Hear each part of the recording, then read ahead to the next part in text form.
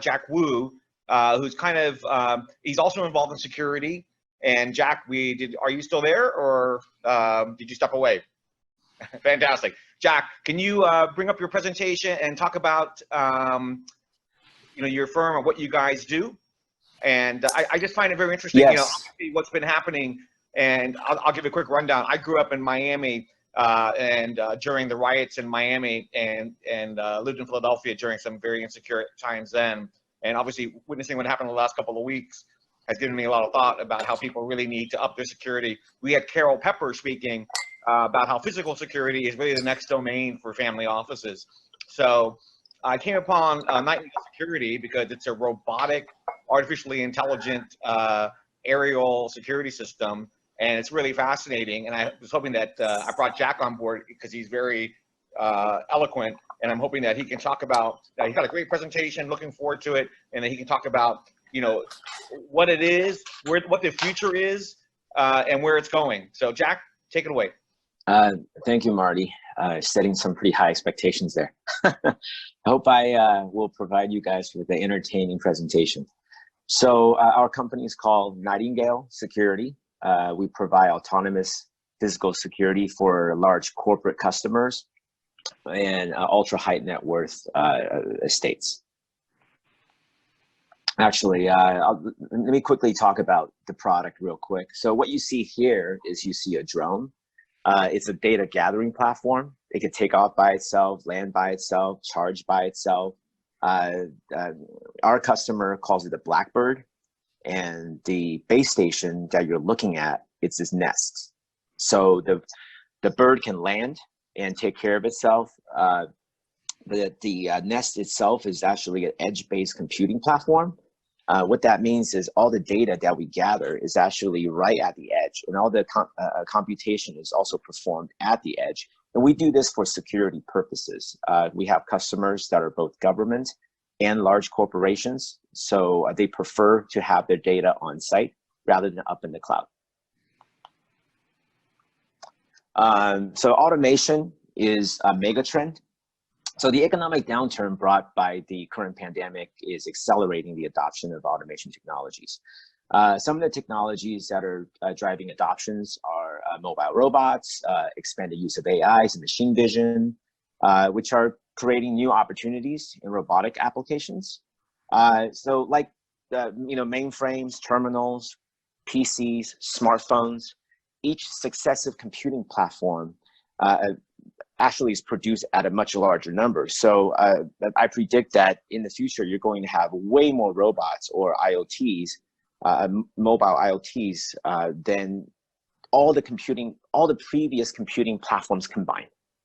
So it's a tremendous a market opportunity. Since we're on the subject of economic downturn, economic downturn typically, bring about socioeconomic instability, and this is something that we've seen around the world. So it's not unique just to America. So this is another trend. And unfortunately, this trend is more negative. The wealth gap has created a lot of resentment among a lot of people. So recently, what we're seeing is protests erupting in major cities, but I believe that the underlying driver for this is actually socioeconomic. So the value of being able to provide security is going to become more important in the importance of maintaining social order. So those things are going to generate global demand for security technologies. So here are some interesting numbers. This is the stuff that I kind of just, dug up on Google. So, popular movements, socioeconomic instability often results in political and social movements. So let's take a look at some interesting numbers here. These numbers are actually from an article by Erica Chenoweth. She's a political scientist at Harvard University. There's good news and there's bad news. So the good news is most movements succeed because they're nonviolent. So you got about 53% success rate there. The violent ones are about 26%, but the bad news is it only takes about 3.5% of your population to be committed to a movement in order for this movement to gain enough momentum to get the rest of the population really kind of galvanized behind it and to succeed. And we've seen this throughout history. Currently, and this is probably bad news for the Chinese government, but in Hong Kong, we're seeing movements that are way north of the 3.5% participation rate. So, so one person's movement is another person's nightmare. So in the last decade, demand for surveillance technology has really increased dramatically, with double-digit compound growth year after year.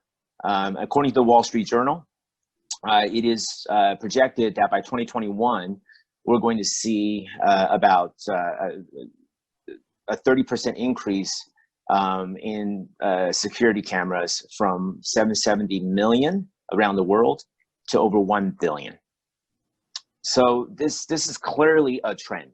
I'm not saying we're moving towards a dystopian world, but given the facts that's being presented, socioeconomic gaps, you have governments around the world realizing that they want to monitor their citizens in order to keep order, and the advent of social media that enables the masses to organize very quickly and efficiently.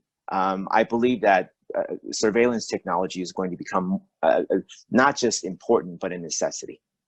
So Jack, I just wanted to just jump in for one quick second here. So, I see that obviously, even though people are being videotaped, for a lot of them, it doesn't really matter. So these videotapes are kind of like defensive, like it tells you what happens after the fact. So I was wondering about, what you guys do and where you are in that space of being able to alert people real time. Yeah, so our system is capable of autonomous threat detection. So the system can, you can set, let's say you want to patrol the parking lot between midnight to 7 a.m. There should be no cars or people within the parking lot. The system can patrol that via its a schedule. So you can program a patrol schedule and a patrol route, and it will automatically detect and alert you if it detects a person or a vehicle within the parking lot during that time frame. So, yeah, the whole idea of robotics. It has recognition technology, like software that recognizes the difference. Okay. Yes. Our algorithm is flexible enough that it could be trained to recognize different objects. Now, that's not unique to us. That's actually just the overall direction where object recognition has developed, and machine learning algorithm has developed. But we just been around for 6 years. We have a lot of time to make mistakes. Progress comes with a price, and we've been paying our tuition. So we understand where the technology is going, and we have a solid foundation in building a very extensible technology platform. So later on, we can recognize forklifts, we can recognize delivery vehicles. So when we get to a world where all the robots are going to communicate with one another, and that's part of our patent, is what we call R2D2D, relay to drone. So what that does is it enables different robots, not just our drones, but ground robots to communicate with us. But the overall vision is one day you're going to have all these robots talking to each other, collaborating with one another. And that's actually, to Manish's point, cybersecurity is actually very important, and we take it very seriously. So what we do is, the Great Recession of 2010 sparked the Occupy movement, which was really inked in my memory, and sort of made a lasting impression. So I want to create a company that will combine the mega trend of automation with the market opportunity brought about by social instability. So our solution of robotic aerial security was born. Now, we're created to provide an autonomous security solution for large enterprise, mostly. The system includes software and hardware, which are inseparable when it comes to providing a real robotic solution. In the technology we have developed, position as well in disrupting the $100 billion global physical security market. Now, the US alone spends $42 billion in man guarding every year, with 1.1 million jobs being categorized as security guards, according to the Bureau of Labor Statistics. So this is big money. It is also ancient. We're using people to do jobs that are highly repetitive.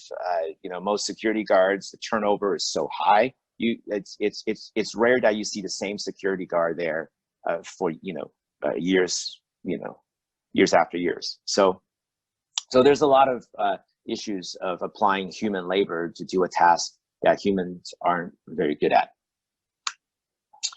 So here are some of the select customers we have.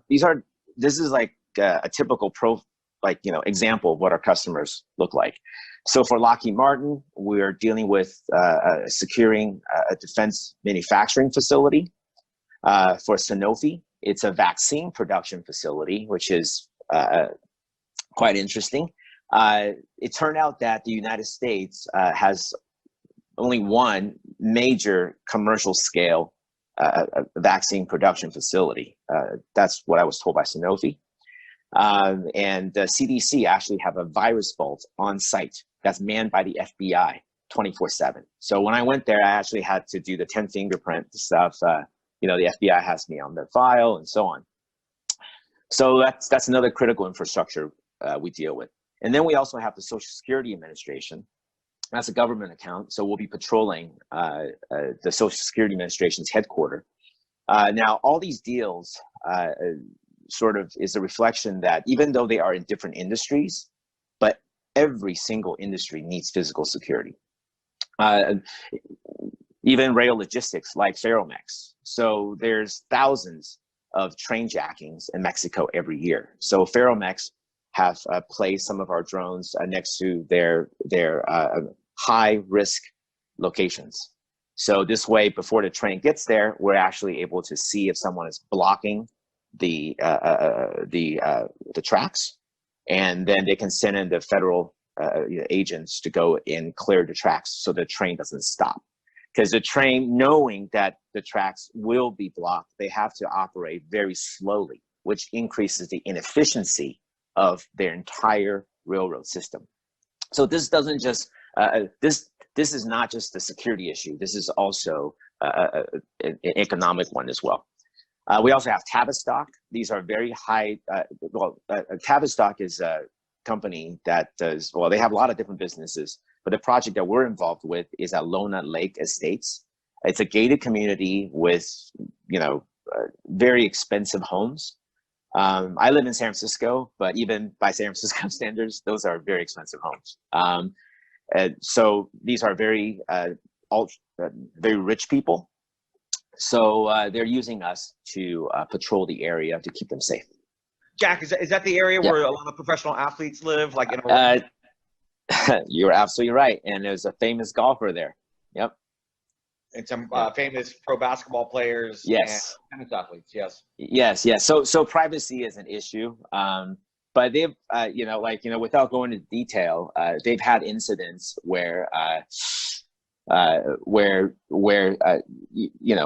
just safety, but human health and was threatened. So this is prompting them. Now, Mr. Joe. Okay, so Mr. Joe Lewis, who owns the company, actually requested a direct audience with me, which I was really surprised. And he has a whole vision of integrating our drones with our autonomous delivery vehicles on site, and that got me super excited because that's my vision as well. Anyway, so those are the typical customers. Now, the reason why we chose physical security is because physical security have some problems that robotics are perfect in addressing. Things that we can do it cheaper, better, and faster. Patrols are repetitive, and monitoring is tedious. And well-trained guards are hard to find, and they are expensive compared to robots. And during an alarm event, every second counts. So lack of situational awareness can lead to human injuries and other liabilities. So when you don't get there quickly, sometimes by the time you get there, it's too late already. And monitoring large areas are difficult and costly, both due to the size and distance, as well as the type of terrain that makes it difficult for humans and vehicles to traverse. Now, when you're flying, you are terrain insensitive, so it doesn't matter what the terrain is. We can get there, in a beeline. So automation is the perfect solution for repetitive tasks, like I mentioned before. Scheduled patrol from the air also offers more visibility and detailed record for future investigation. Humans have a range of quality when it comes to memory, but our robots records everything it sees. Now, we treat our robots like an employee. So we have human employees, robot employees, and also AIs. So we have 3 categories of employees at our company. Now, flying is the fastest way to get eyes on the event for a large area. So integration with existing sensors and alarms raises the value of the entire security stack, including the legacy infrastructure. So our customers' existing alarm becomes way more effective and valuable when they are integrated with a system like ours. And that's in a rapid response model. I think I mentioned this earlier, covering large areas is just a lot easier when you can fly. Also, when you have emergency situations that are unplanned, a drone can provide situational awareness, so you can make sure your first responders know what they're dealing with before they get there. So Jack, one thing I wanted to give perspective on is that, I mean, in the prior slide, you're showing a drone looking at a site, but the reality is you can use multiple drones. Is that correct? Oh yeah, absolutely, absolutely. So we believe that robots to robot cooperation is the key to robotics in the future. Humans, when we work together, we can accomplish greater tasks than by ourselves. Same thing with robots. They are just another intelligent species that we are creating, and they will evolve just like humans have evolved. They're in the baby phases right now, but we're going to teach the baby how to walk, and they'll run, and then they'll be able to do other things. So I just want to very quickly show you guys what an actual autonomous